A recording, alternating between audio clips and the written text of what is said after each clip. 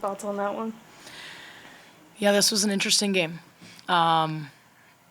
First half, we defensively, I thought, played a really good half. I think they had 9-0 boards, so that was the one part that maybe I thought wasn't as good as need be. And we certainly fouled a little bit more than I would have liked, but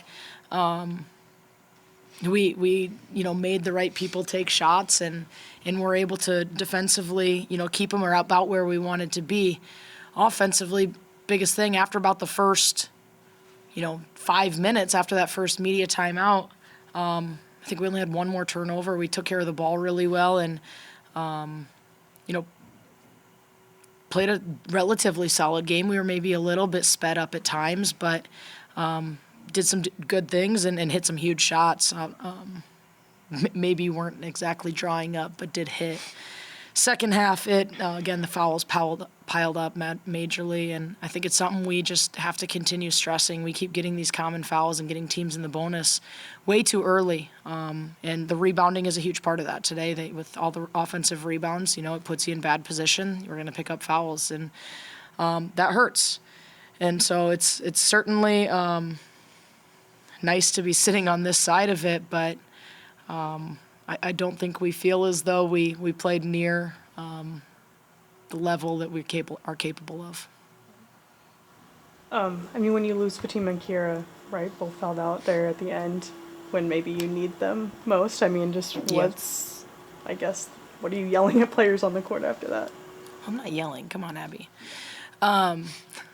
No, I've really kind of come to a philosophy where we're going to play players. We're going to play them when they get into a little bit of foul trouble because they're either sitting because they fouled out or they're sitting because you're choosing to. And, if you put them out there and they don't happen to get fouls, then you reap the benefits of allowing them to play more. So it's certainly a risk. I understand that. But I feel like you're penalizing yourself if you don't put them out there. And so we did need some players to step up.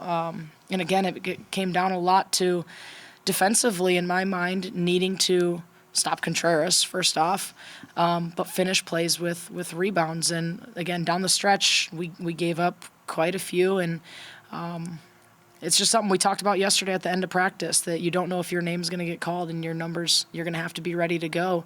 And a lot of people got called today that we needed to step up.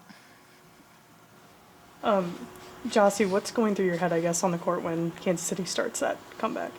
Yeah, I think we definitely need to just take a deep breath and kind of come together, and we knew that rebounding was a big part of their comeback, so I think really focusing on that and trying to limit our turnovers was a big thing we were trying to focus on. Jayla, Jossie's free throws at the end there kind of sealed the game for you guys. Just what does, she bring to your team, and I don't know what that kind of do for you guys. She brings everything. She's an amazing player. We love Jossie. We love having her, and she makes big-time plays. Like, as a freshman, it's huge. A lot of people don't have that in them, and Jossie's amazing. I love Jossie on and off the court, so. That was so sweet. That was so Yeah, sweet, I meant Jane. it. I really meant it. Can we hug after this? Oh.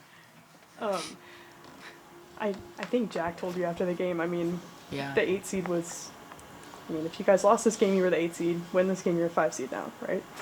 Don't have to play until Friday. So, what does that kind of do for you guys, just not having to play on Wednesday and having that extra time, but also being the 5 seed and playing in that 4-5?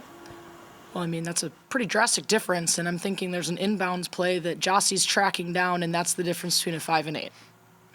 That right there seems like, and a defensive rebound that she gets. We're talking a couple plays that feel like they are just right there and they could go either way. And fortunately, we got a kid that's competitive enough to say, I'm not going to let this happen to us. But it's huge. It's obviously no one wants to play in that 8-9 game. And so fantastic, obviously, to not have that. I think it's great from a health perspective, hopefully give us a couple extra days to get ourselves healthy, get prepared, maybe recover our bodies a little bit. But we're going to have a great week mentally in practice. Physically, I think, we know what we need to do, and now it's just about kind of mentally locking into what we have ahead of us. And, we haven't exactly been the most successful team down in Sioux Falls, but we can put that behind us, because I do feel like as we're, wrapping up our regular season here, that we're a vastly different team than we've been in the past. The feel in our locker room is nothing like it's been before, and I do believe that we can go down there with a mentality that we are different. And, as young as we are, sometimes ignorance is bliss, and so we'll go out there and we'll make sure that we're ready to go.